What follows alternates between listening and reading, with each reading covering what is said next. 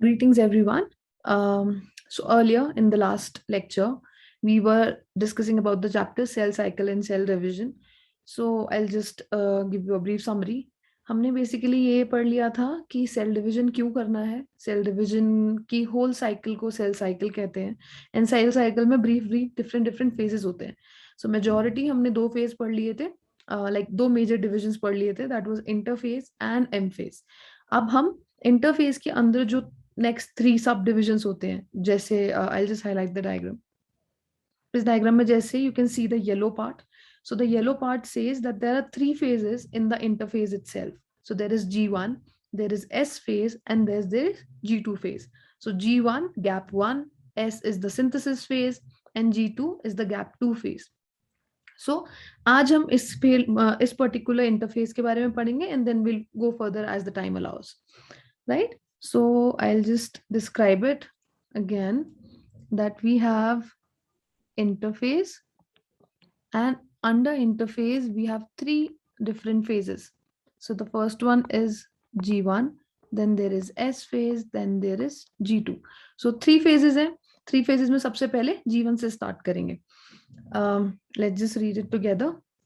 So G1 phase corresponds to the interval between mitosis and initiation of the DNA replication. As I mentioned this earlier as well, आप अपने diagram में देखिए, जैसे मैंने G1 phase को mark कर रखा है, वो किन दोनों फेजेस के बीच में आ रहा है. एक S है, on the right hand side there is S, while on the left hand side there is mitosis की सारी stages. M phase और synthesis phase के बीच वाले फेज को G1 phase कहते हैं. Okay, so that's G1 phase. G1 phase की major location क्या है? That's this, between S and the mitosis part.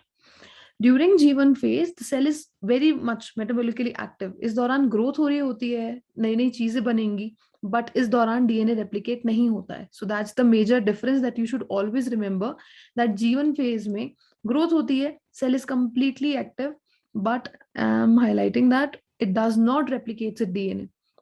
इस दौरान डीएनए का रेप्लिकेशन नहीं होता है. So that's G1 phase for you. Let's move to the next phase, S phase, जिसको सिंथेसिस फेज भी बोलते हैं.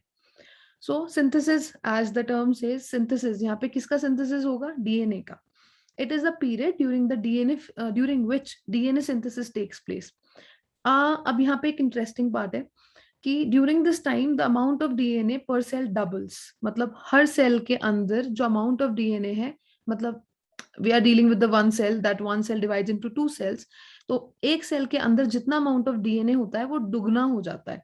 जैसे आपको एग्जांपल के लिए, if the initial amount of DNA is 2C, I'll just make a rough diagram for a better explanation. जैसे अगर मान के चलते हैं कि ये एक सेल है, एंड इस सेल के अंदर न्यूक्लियर मटेरियल फिलहाल कितना है? It is depicted as 2C. तो जब वो एस फेज से पास कर जाएगा, जब यहाँ पे ये एस फेज से पास कर जाएगा, तो इसके अंदर 2C डीएनए नहीं होगा, इसके अंदर 4C डीएनए हो जाएगा. ओके, सो इसके अंदर पहले 2C डीएनए था, जो हो जाएगा सिंथेसिस फेज के बाद डबल, एंड डबल की वजह से it will be turning into 4C. हालांकि क्रोमोसोम नंबर में कोई डिफरेंस नहीं आता है. आपका अमाउंट ऑफ डीएनए तो इंक्रीज करता है, लेकिन आपके क्रोमोसोम नंबर में कोई इंक्रीज नहीं आता है. It stage the same. So chromosome number को समझाने के लिए मैं कैसे बताती हूँ, I just give you another example. Let's just do for a diagram. एक पेरेंट मेल और एक पेरेंट फीमेल.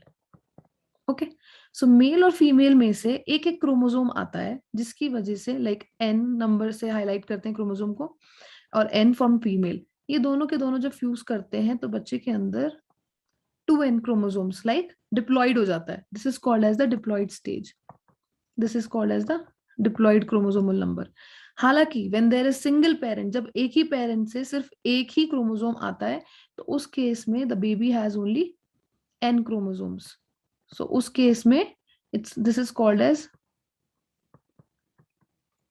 haploid.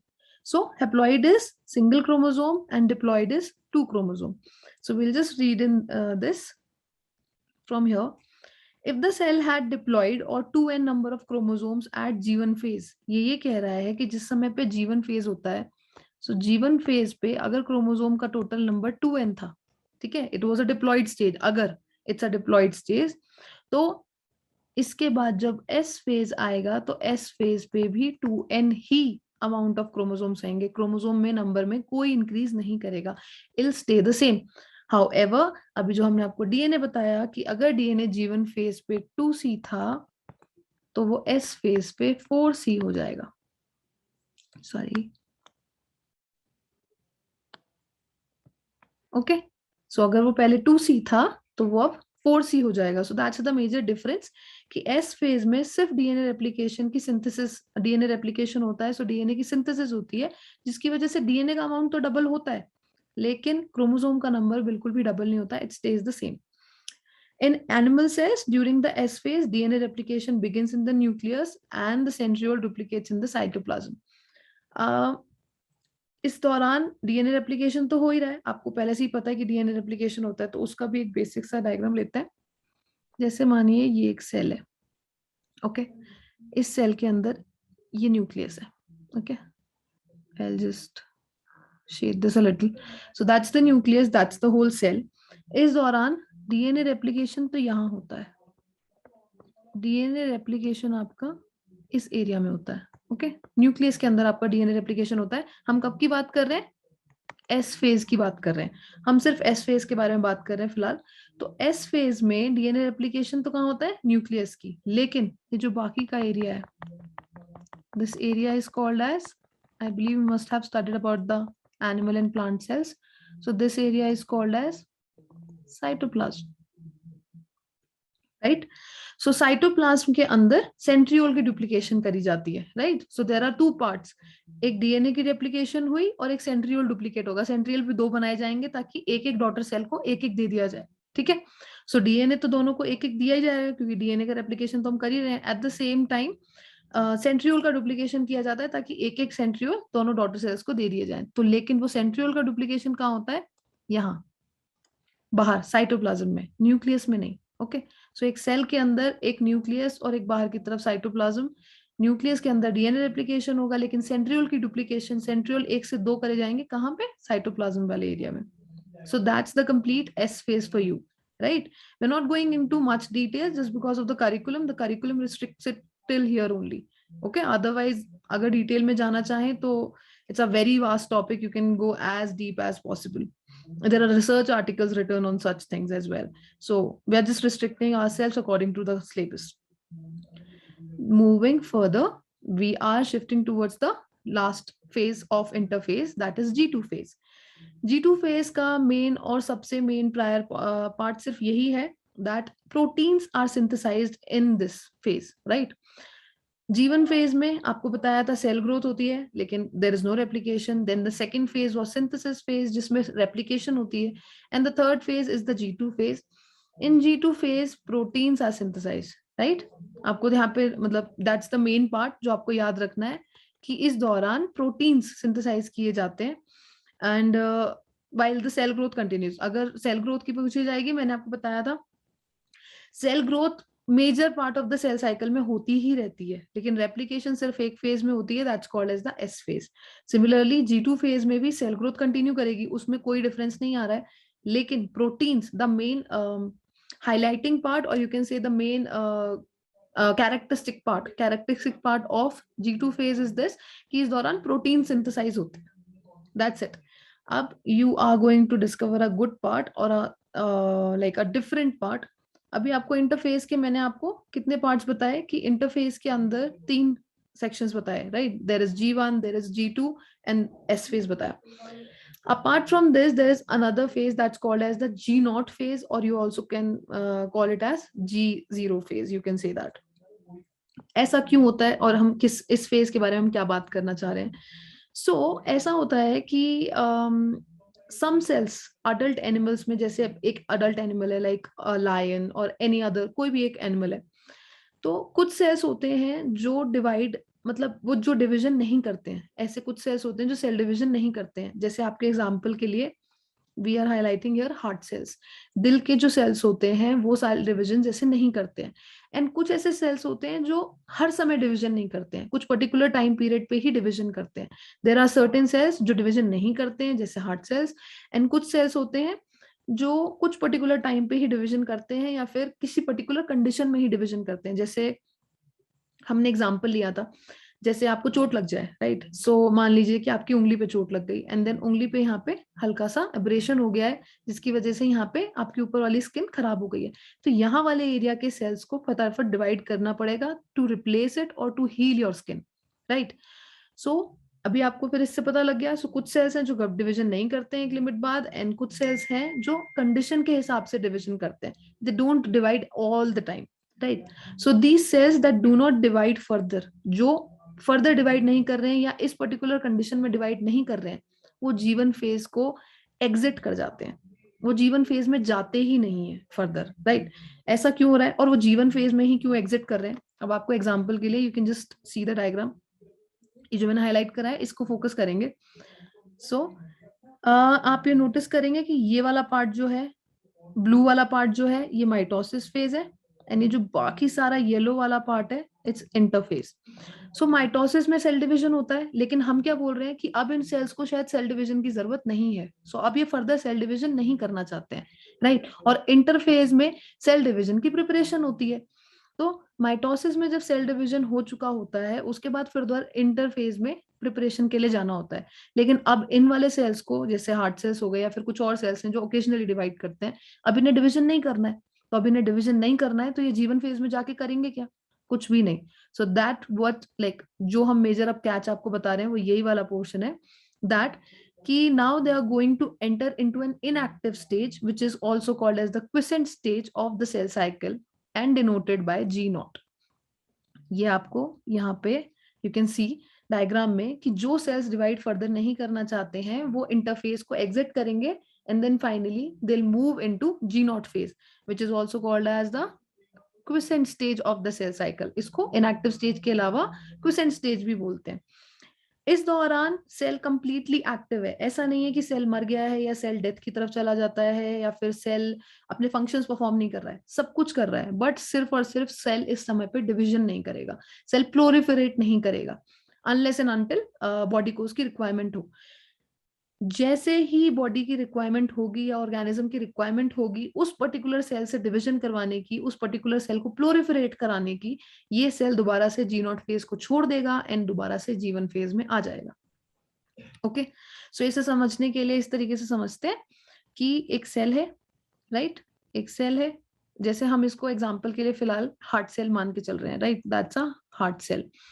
सो हार्ट सेल के केस में ये सेल फर्दर डिवाइड नहीं करना चाहता है, सो ये जीवन फेज में ना जाके will move to G naught phase, and G naught phase में फाइनली जाने के बाद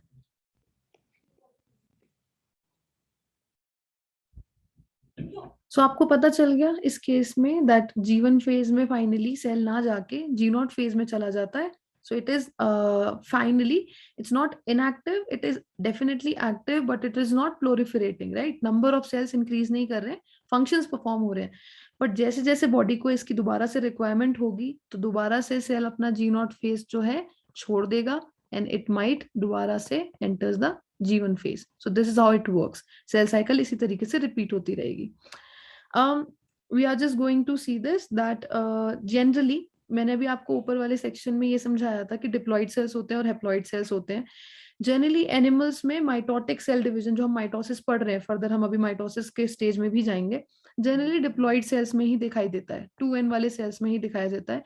हालांकि कुछ हेप्लॉइड सेल्स भी होते हैं, कुछ एन सेल्स भी होते हैं जो माइटोसिस से डिवाइड करते हैं, कुछ और सेल्स होते हैं जो माइटोसिस को शो करते हैं। जैसे एग्जाम्पल के लिए वी हैव मेल हनी बीज, राइट। सो मेल हनी बीज जो है वो हेप्लॉइड सेल्स एग्जिबिट करती हैं बट फिर भी माइटोसिस शो करती हैं। So these are the examples. Generally mitosis आपको हेप्लॉइड में दिखेगा कि डिप्लॉइड में दिखेगा, but you would always say कि दोनों में ही दिखाई देता है। Against this the plant can show mitotic division in haploid as well as diploid cells. अभी एनिमल्स में तो हमने बताया, ये मतलब ये वाला सेक्शन सिर्फ इस चीज से डील कर रहा है कि एनिमल्स में आपको हेप्लॉइड सेल्स में डिवीजन दिखेगा माइटोसिस का या डिप्लॉइड में। तो majorly it's always diploid sales में, बट कुछ एक्सेप्शंस है जैसे मेल हनी बीज में कि आपको हेप्लॉइड सेल्स में भी माइटोसिस दिखेगा, while in case of plants आपको हेप्लॉइड हो सेल या डिप्लॉइड हो सेल आपको माइटोसिस दिखता है। Let's move further. अब हम बात करेंगे एम फेज की. It's an important part and I have made a small table for a better understanding of yours. So अभी हम टेबल के हिसाब से डिविजन पढ़ेंगे and at the same time I show you small video जिससे सब कुछ एक साथ क्लियर हो जाएगा. लेट्स जस्ट सी कि आज हम कौन से स्टेज तक पहुंचते हैं. So we have M phase now, right. This is the most dramatic period of the cell cycle. Why it is called कि this is the most dramatic period? Just because cell cycle में जैसे अभी हमने interphase पढ़ा था और अब हम एम फेज पढ़ रहे हैं. इंटरफेज में जितने भी फेजेस थे वो सारे के सारे कंपैरेटिवली फेयरली इजी थे और सबके अंदर कुछ स्पेसिफिक चीजें हो रही थी. नाउ एम फेज के अंदर जितने भी फेजेस हैं हर फेज में मल्टीपल चीजें हो रही होंगी and it would be comparatively more dynamic in nature as compared to interphase. That's why I say dramatic period of the cell cycle बोलते हैं, just because of the number of increased changes. Since the number of chromosome in the parent and the progeny cells is the same, it is also called as the equational division. Mitosis को equational division भी इसलिए कह देते हैं just because जैसे आपको बोलेंगे कि parent के अंदर just for an example कि 2 chromosome है, right? So number of chromosome जब डॉटर सेल्स में बांटे जाएंगे तो दोनों के अंदर भी दो दो ही आएंगे. So that's why this is called as the equational division. इसे इक्वेशनल डिवीजन भी कह देते हैं. दो फॉर कन्वीनियंस माइटोसिस को 4 स्टेजेस में डिवाइड कर दिया गया है जिसमें न्यूक्लियर डिवीजन करी जाती है. That's called as the karyokinesis. It is very essential to understand that cell division is a progressive process and सारी स्टेजेस के बीच में एक क्लियर कट लाइन नहीं बना सकते हैं. ओके. सो अभी हम माइटोसिस के अंदर सबसे पहले न्यूक्लियर डिवीजन पढ़ेंगे, कैसे न्यूक्लियर मटेरियल सारे फेजेस में डिवाइड होकर डॉटर सेल्स में बांटा जाता है. ये पूरे जो स्टेजेस हैं, जो पूरा न्यूक्लियर डिवीजन है वो 4 स्टेजेस में डिवाइडेड रहता है. That's called as karyokinesis. So the 4 stages of nuclear division को स्पेसिफिकली कैरियोकाइनेसिस कहते हैं. सो कैरियोकाइनेसिस के 4 स्टेजेस हैं which are marked here: prophase, metaphase, anaphase and telophase. ये इसी सीक्वेंशियल मैनर में होता है. ये सारे के सारे एक के बाद एक के बाद एक के बाद होते हैं, लेकिन एक क्लियर कट डिवीजन नहीं बना सकते कि एग्जैक्टली इसके बाद तुरंत आपके मेटाफेज चल गया. मतलब थोड़ी बहुत माइनर सी ओवरलैपिंग फेजेस के बीच में चल रही होती है. You may notice it. So to understand it better, let's just move to the first phase. That's called as the prophase. I'll just shift it. आपको डायग्राम भी दिखे एंड मेरी बनाई हुई टेबल भी, so that, or just because there is a confusion sometime कि prophase, metaphase, anaphase, telophase में एक ही साथ में बहुत कुछ हो रहा होता है. so that's why मैंने एक कंपैरिजन टेबल बना दी है so that you can understand it better कि how this is happening and how this is moving further. so let's just start with prophase. आपको यहाँ पे फिलहाल प्रोफेज ये भी दिख रहा है जो प्रोफेज हम पढ़ने वाले हैं, एंड साइड में आपको ये डायग्राम जो मैंने हाईलाइट करा है ये आपको डायग्राम भी दिख रहा है, राइट. सो प्रोफेज पढ़ेंगे सबसे पहले. That is the first stage of the karyokinesis. That is the first stage of the mitosis, M phase, right. So this is the first stage which follows the SN-G2 phase of interphase. इसके generally मतलब आपके case में जब prophase जो होता है, prophase कब आता है? प्रोफेज इंटरफेज के बाद आएगा, right. I will just show it better. ये वाले डायग्राम में देखिए प्रोफेज कब आता है? इंटरफेज के बाद. और इंटरफेज के कौन से साइकिल के बाद, कौन से फेज के बाद? G2 के बाद. G2 के बाद दोबारा से सेल जो है एम फेज में जाता है. उसमें एम फेज के सबसे पहले फेज में जाता है. That's called as prophase. So ये यही बोल रहा है कि इंटरफेज के S और G2 फेज के बाद प्रोफेज आता है. That's the first stage. That's the first thing about it. ठीक है. S और G2 फेजेस में अभी हमने बताया था कि S फेज में डीएनए रेप्लिकेशन होता है. बट S के फेज के डीएनए रेप्लिकेशन में जो आपके डीएनए मॉलिक्यूल्स होते हैं वो सारे के सारे एक दूसरे से डिस्टिंक्ट नहीं होते हैं, वो इंटरवाइंड होते हैं. जैसे आप डायग्राम में देख सकते हो, राइट.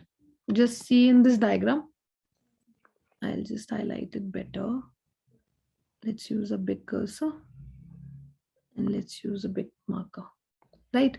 सो सबसे पहले आप ये नोटिस कर रहे हो कि इसमें जो डीएनए का मटेरियल है, जो डीएनए का मटेरियल रेप्लिकेट किया जाता है वो अभी आपस में इंटरवाइंड है, एक दूसरे से अलग अलग नहीं हुआ है. सो प्रोफेज में सबसे पहले ये जो डीएनए का मटेरियल है वो इंटरमिंगल जो हो रखा है वो इंटरमिंगल से सिंगल किया जाएगा. Prophase mark the, as the table says that prophase marks the chromatin condensation. सबसे पहले ये सारा का सारा जो न्यूक्लियर मटेरियल है, क्रोमैटिन है, इसका कंडेंसेशन होगा. इल बी entangled, मतलब sorry, it is already entangled, it'll be opening up. As you can see here, next it says that the chromosomal material condenses to form the compact mitotic chromosomes. अब ये जो आपका chromosome material है जो आपस में जुड़ा हुआ था, अब वो सारा अलग अलग हो रहा है. क्यों अलग अलग हो रहा है? What is the process, what is the reason why it's getting entangle? ये करने के लिए, लेट प्रोफेज वाले स्टेज तक पहुंचने के लिए. उस लेट प्रोफेज में फाइनली क्या हो रहा है? आपके माइटोटिक क्रोमोसोम्स बन रहे हैं. ये सारे के सारे क्रोमोसोम्स जनरेट किए जाते हैं जो फर्दर आगे डॉटर सेल्स में बांटे जाएंगे, right? These chromosomes are composed of two chromatids attached together at the centromere. अभी इसमें एग्जैक्टली बहुत ज्यादा साफ नहीं दिख रहा है, बट हाँ जैसे लेट ट्रांजिशन वाले फेज में थोड़ा सा साफ दिख रहा है. आप इधर से देख लीजिए, ये क्रोमोसोम्स जो है इसमें 2 क्रोमैटिड है. एक क्रोमोसोम टोटल 2 क्रोमैटिड से बना हुआ है और बीच में उसके ये वाले एरिया में एक सेंट्रोमेयर होता है. It's just a circular structure. Okay, ये जो व्हाइट वाला पोर्शन दिख रहा है सबको, ये वाला इसमें यहाँ पे दिस इज द सेंट्रोमेयर वाला रीजन. सो प्रोफेज में स्पेसिफिकली क्या हुआ? जो डीएनए रेप्लिकेशन के दौरान डीएनए का मटेरियल इंटैंगल्ड था वो खुलना शुरू हो गया. खुलने के बाद वो दोनों के दोनों क्रोमोसोम्स बना, मतलब वो क्रोमोसोम्स बनाने के लिए इस्तेमाल हुआ. एक क्रोमोसोम में 2 क्रोमैटिड्स होते हैं जो दोनों के दोनों बीच में सेंट्रोमेयर के एरिया से जुड़े हुए होते हैं. Okay, the centrosome which had undergone duplication during the interphase. अब आपको एक और चीज याद आ रही होगी, एस फेज में मैंने सिर्फ ये नहीं कहा था कि डीएनए रेप्लिकेट करता है, मैंने ये भी बताया था कि जो आपका सेंट्रोसोम है वो भी एक के दो हो जाते हैं, राइट? न्यूक्लियस में क्या हो रहा था? रेप्लिकेशन. बट साइटोप्लाज्म में क्या हो रहा था? सेंट्रोसोम जो हो रहे थे वो एक के दो हो रहे थे. सो फिर फाइनली जो इंटरफेज में जो सेंट्रोसोम दो बने थे, they starts to move towards the opposite poles of the cell.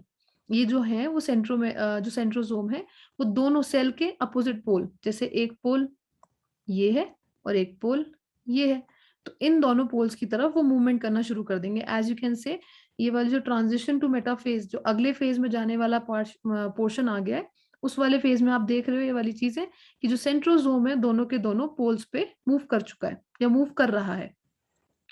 Each centrosome radiates out microtubules called as esters. The two esters together with spindle fibers makes the mitotic apparatus. This is for competitive terms, like you can learn this and this would be helpful. कि mitotic apparatus किस चीज का बना हुआ होता है? दो asters spindle fibres के साथ जुड़ते हैं तो ये सारा का सारा जो अरेंजमेंट बना, दैट्स द माइटोटिक apparatus. इसके अलावा जो आपके सेंट्रोसोम्स हैं, ये सेंट्रोसोम जो है वो पोल्स की तरफ माइग्रेट कर गए हैं और आपने एक चीज नोटिस करी है, ये यहाँ से ट्यूब्यूल जैसे स्ट्रक्चर्स रेडिएट कर रहे हैं. ये जो ट्यूब्यूलर स्ट्रक्चर्स इन्होंने यहाँ पे रेडिएट करे हैं, these are called as esters. These lines which you can see, these are called as esters, right? So these are the esters which are radiated out. Finally ये सारे के सारे एस्टर्स इन जो आपके सेंट्रोसोम जो आपके क्रोमोसोम्स बने इन्हें भी पुल करके पोल्स की तरफ ले जाएंगे लेटर स्टेजेस में. बट ये बने इसीलिए हैं, इस मूवमेंट को कराने के लिए. सो जब फाइनली ओवरऑल मतलब इस पूरे के पूरे प्रोसेस में आपने क्या क्या देखा कि क्या क्या हुआ प्रोफेज के अंदर. सबसे पहले जो मटेरियल डीएनए का मटेरियल इंटैंगल हो रखा था वो खुला, आपके क्रोमोसोम्स बन के रेडी हो गए, आपके सेंट्रोसोम पोल्स की तरफ मूव करने शुरू कर गए. पोल्स की तरफ किसकी हेल्प से मूव करने शुरू करे? इन्होंने एस्टर्स बनाए, दीज आर द माइक्रोट्यूब्यूल्स, जिसकी वजह से फाइनली पोलर मूवमेंट शुरू हो गई, पोल की तरफ जाने शुरू हो गए. And then finally at the end of prophase आप एक चीज नोटिस करेंगे, इस टाइम पे सेल के अंदर ना कोई गोल्जी कॉम्प्लेक्स दिखेगा, ना कोई एंडोप्लाज्मिक रेटिकुलम दिखेगा, ना न्यूक्लियोलस दिखेगा, ना न्यूक्लियर एनवेलप दिखेगा. जो जनरली सेल के अंदर बेसिक सेल जो भी बेसिक सेल ऑर्गेनल्स होते हैं वो इस टाइम तक डिसइंटीग्रेट कर चुके होंगे, जस्ट बिकॉज इस समय पे सेल को सेल डिविजन के लिए प्रिपेयर किया जा रहा है. So we are moving towards that phase. So that's prophase for you, right? Next we are going to move towards metaphase, and just because we are going to move towards the upper part of the table, just look at this diagram first for me. हो क्या रहा है? आप normal notice कर रहे हैं दोनों तरफ सेंट्रोसोम और एस्ट्रल्स माइक्रोट्यूब्यूल्स के फाइबर्स की वजह से सारे के सारे जो आपके क्रोमोसोम बीच में फैले हुए थे वो सारे के सारे बीच में एक प्लेट पे, एक जैसे मतलब जस्ट एक इमेजिनरी प्लेट आप मान के चलिए, एक इमेजिनरी लाइन के हिसाब से यहाँ पे प्लेट मान के चलिए, एंड यहाँ पे वो सारे के सारे सेंट्रल में अरेंज हो गए. So let's just move towards the next phase called as the metaphase. So metaphase is the complete disintegration of the nuclear envelope. The chromosomes are spread throughout the cytoplasm of the cell. Okay, initial metaphase की बात हो रही है, जो मैंने आपको photograph दिखाई, that's like the basic, the highest metaphase का जो main phase है वो disintegrate कर रहा है. बट हम बात कर रहे हैं कि जिस टाइम पे नया नया मेटाफेज बनता है उस टाइम पे सबसे पहले आपका न्यूक्लियर एनवेलप, जो हम बता रहे थे कि by the end of prophase ही वो खत्म हो चुका होगा, मेटाफेज के शुरू होते होते न्यूक्लियर एनवेलप पूरा खत्म हो जाता है और सारे क्रोमोसोम्स पूरे साइटोप्लाज्म में बिखर जाते हैं, इंटायरली आपको साइटोप्लाज्म में दिखेंगे. और क्योंकि इस समय पे बहुत आराम से क्रोमोसोम सारे आसपास में दिखाई देते हैं, सो दिस इज द स्टेज जिस स्टेज पे सबसे ज्यादा आप क्रोमोसोम की मॉर्फोलॉजी को स्टडी करते हैं. जैसे ये लैब एक्सपेरिमेंट्स की बात है. I think like teachers would have been like conducting experiments for the same in your schools as well. कि अगर आपसे स्पेसिफिकली एक वाइवा में क्वेश्चन पूछा जाता है कि सेल साइकिल के कौन से स्टेज पे आपको सबसे पहले सॉरी या सेल साइकिल के कौन से स्टेज पे आपको क्रोमोसोम की मॉर्फोलॉजी को स्टडी करना चाहिए, right? So that stage is called as metaphase. Metaphase पे क्रोमोसोम्स की मॉर्फोलॉजी सबसे ज्यादा क्लीन दिखती है क्योंकि उस टाइम तक न्यूक्लियर एनवेलप सारा का सारा डिसइंटीग्रेट कर चुका होता है और सेल के क्रोमोसोम्स बाहर आ चुके होते हैं. तो उस समय पे सबसे पहले आपको क्रोमोसोम्स बहुत साफ आराम से स्टडी कर पाएंगे. Metaphase chromosome is made up of 2 sister chromatids, जैसे अभी आपको हमने दिखाया भी था.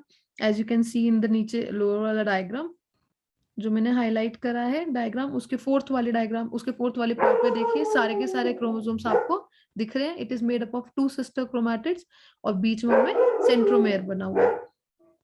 Small disc shape structures at the surface of the centromeres are called as kinetochores. ठीक है, डिस्क शेप स्ट्रक्चर सेंट्रोमेयर के सरफेस पे डिस्क शेप स्ट्रक्चर्स होते हैं. इसमें बहुत ज्यादा क्लियर नहीं दिखेगा, I will just make a rough diagram. जैसे ये मान लीजिए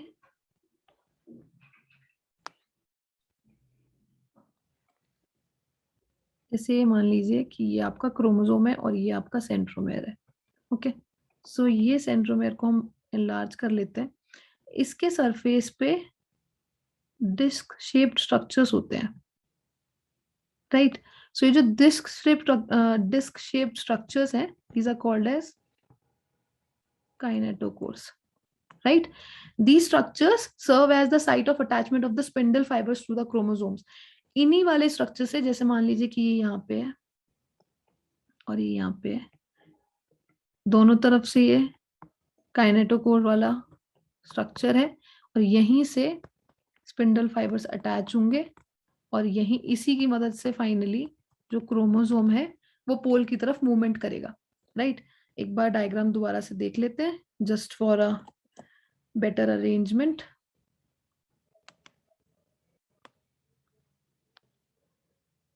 Right, now you can see the diagram metaphase का. और मेटाफेज पे आप ये चीज नॉर्मली नोटिस कर पा रहे हैं कि सबसे पहले जो क्रोमोसोम्स हैं वो सारे के सारे बीच में उनके सेंट्रोसोम वाले एरिया में उनके डिस्क शेप स्ट्रक्चर है, that white colour marked area. And that white coloured marked area is the region जहां से सारे के सारे स्पिंडल फाइबर्स अटैच होते हैं और फिर पोलर मूवमेंट स्टार्ट होते हैं. अब नेक्स्ट वाला is like just focus on this column. The plane of alignment of the chromosome at metaphase is called as the metaphasic plate. ये जो सारे के सारे क्रोमोसोम मेटाफेज में बीच में single equator kind of equator वाले एरिया में अरेंज हो जाते हैं, that's called as the metaphasic plate. वो मेटाफेजिक प्लेट पे सारे के सारे अरेंज हो जाते हैं in a straight line. And then the spindle fibres attach to the kinetochores of the chromosomes. वो तो आपको पहले से ही बता दिया कि वो सारे के सारे काइनेटोकोर्स पे अरेंज हो जाते हैं, काइनेटोकोर्स से अटैच हो जाते हैं. And then these chromosomes are moved to the spindle equator and get aligned along the metaphasic plate through the spindle fibers. So, like just not making it too much for you to understand. आप सिर्फ basic diagram से देखिए. We are going to like summarise it up here till, मतलब metaphase पे we are going to end it in this lecture and we are going to move to the anaphase in the next lecture. अब बस ये diagram देखते हैं और इस diagram के बेसिस पे समझते हैं कि ओवरऑल दोनों फेजेस में हुआ क्या. सबसे पहले बात कर रहे हैं प्रोफेज की. सो प्रोफेज में सबसे पहले आपको बताया कि इंटरफेज में जो डीएनए बना था वो इंटैंगल्ड था, उसको अलग करना पड़ेगा. सो प्रोफेज में सबसे पहले वो जो इंटैंगल्ड वाला डीएनए होता है वो खुलता है. खुलने के बाद वो दोनों के दोनों, मतलब जो सारा मटेरियल है that is used to make chromosomes. अब क्रोमोसोम्स बनते हैं। एक क्रोमोसोम कैसा दिखता है? ऐसा। एक क्रोमोसोम में 2 क्रोमैटिड्स होते हैं और बीच में वो दोनों के दोनों सेंट्रोसोम पे, सेंट्रोमेयर पे अटैच्ड होते हैं। सेंट्रोसोम पे अटैच्ड होते हैं, वहीं पे सेंट्रोसोम पे फाइनली सेंट्रोसोम वाले एरिया में वहां पे काइनेटोकोर, एक डिस्क शेप स्ट्रक्चर होता है सेंट्रोसोम पे। As you can see here, I will just mark it with a different colour now. जैसे इसको हम लेके चल रहे हैं, दैट्स द सेंट्रोसोम, और सेंट्रोसोम के साइड में डिस्क शेप स्ट्रक्चर्स हैं जिन्हें काइनेटोकोर बोलते हैं, जहां से आपके स्पिंडल फाइबर्स अटैच करेंगे। सो प्रोफेज में मेजरली डीएनए आपका इंटैंगल था, वो खुल गया, क्रोमोसोम्स बन गए, एंड देन फाइनली आपका सेंट्रोसोम जो है वो पोलर मूवमेंट करना शुरू कर दिया, वो पोल की तरफ जाना शुरू कर दिया। नेक्स्ट मेटाफेज में बेसिकली क्या होता है, सारे के सारे क्रोमोसोम बीच वाली इक्वेटर लाइन पे अरेंज होके, जिसको हम मेटाफेजिक प्लेट भी बोल रहे हैं, इक्वेटर वाली लाइन पे मेटाफेजिक प्लेट पे वो सारे के सारे क्रोमोसोम्स अरेंज हो जाते हैं, and then it looks like this. इस डायग्राम में जैसा आपको दिखाई दे रहा है, this is called as the metaphase. ये मेटाफेज की तरह दिखाई दे रहा है। आपके सारे के सारे काइनेटोकोर से स्पिंडल फाइबर्स अटैच कर जाते हैं। So I believe that's clear till here. यहीं तक अभी हम पढ़ रहे हैं, we are not confusing it further. I just show it कि फर्दर होगा क्या, देखने के लिए, समझने के लिए we can just move towards कि फर्दर होगा क्या। अभी मैंने आपको बताया था मेटाफेज में सारे के सारे सेंट्रल लाइन पे अरेंज हो गए हैं।